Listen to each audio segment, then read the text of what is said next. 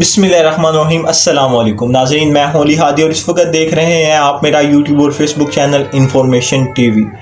تمام تعریفیں اس ذات پاک کے لیے جو ہماری شہرت سے بھی قریب ہے، ہمارے ہر آنے جانے والی سانس کے بیچ میں معمولی سی جنبش کو بخوبی جانتا ہے، اور تمام درود پاک حضرت محمد صلی اللہ علیہ وسلم کے لیے کہ جو وجہ تخلیق کائنات ہے، جن کی وجہ سے ہم ہیں، جن کی وجہ سے یہ کائنات ہے۔ ناظرین، ولاگ کے شروع میں جہاں جہاں تک میری آواز جا رہی ہے، جو مجھے سن رہا ہے، اپنے دونوں ہاتھ اٹھا کر بسم اللہ پڑھ کر بلوچستان کے ان بہنوں کے لیے، ان ماؤں کے لیے، ان بیٹوں کے لیے دعا کریں کہ جو اس وقت فلڈ سچویشن میں ریسکیو اینڈ ریلیف آپریشن کے منتظر ہیں، اور ساتھ ہی پاک فوج کے نوجوانوں کو سلام کہ جنہوں نے کئی لوگوں کی جانیں بچائیں۔ ناظرین، اس وقت بہت افسوسناک مناظر دیکھنے کو مل رہے ہیں کہ کس طرح لوگ پانی میں بہتے چلے جا رہے ہیں اور ان کو کوئی بچانے والا نہیں ہے۔ کس طرح چھوٹے چھوٹے معصوم بچے، پھول کی طرح بچے اپنے ماں باپ کے سامنے سرابی ریلے میں بہہ جاتے ہیں۔ اور ناظرین، میں حکمرانوں سے ایک سوال کرنا چاہوں گا کہ جن لوگوں کے ساتھ یہ سارے واقعات ہو رہے ہیں، کیا وہ لوگ آپ کو دعائیں دے رہے ہوں گے؟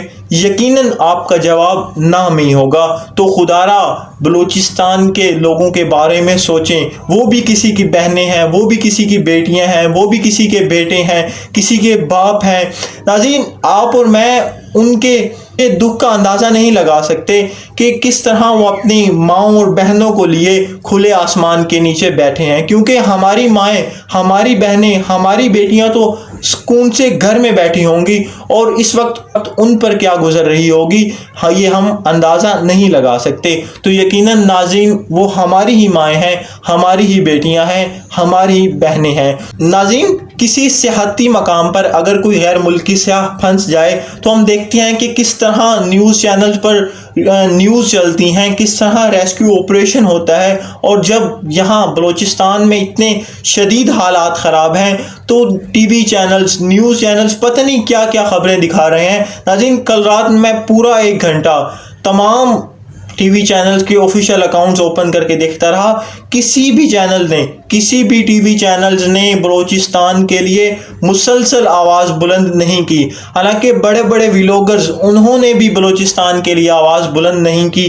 میری 2-3 بڑے ولاگرز سے بات ہوتی ہے، جب میں نے ان سے کہا کہ آپ بلوچستان کے لیے آواز بلند کریں تو ان کا بھی رسپونس 0 آیا۔ تو ناظرین، ہمارے حکمرانوں کے کانوں پہ جوں تک نہیں رینگتی، اور جوں رینگے بھی کیوں، ان کے بچے تھوڑی مری جا رہے ہیں، ان کے بچے تو ایئر کنڈیشنز روم میں بیٹھ کر موجے کر رہے ہوں گے۔ تو ناظرین، وہ کہاں گئے حکمران جو مدینہ ریاست، پاکستان کو مدینہ ریاست بنانے کی بڑے بڑے دعوے کیا کرتے تھے؟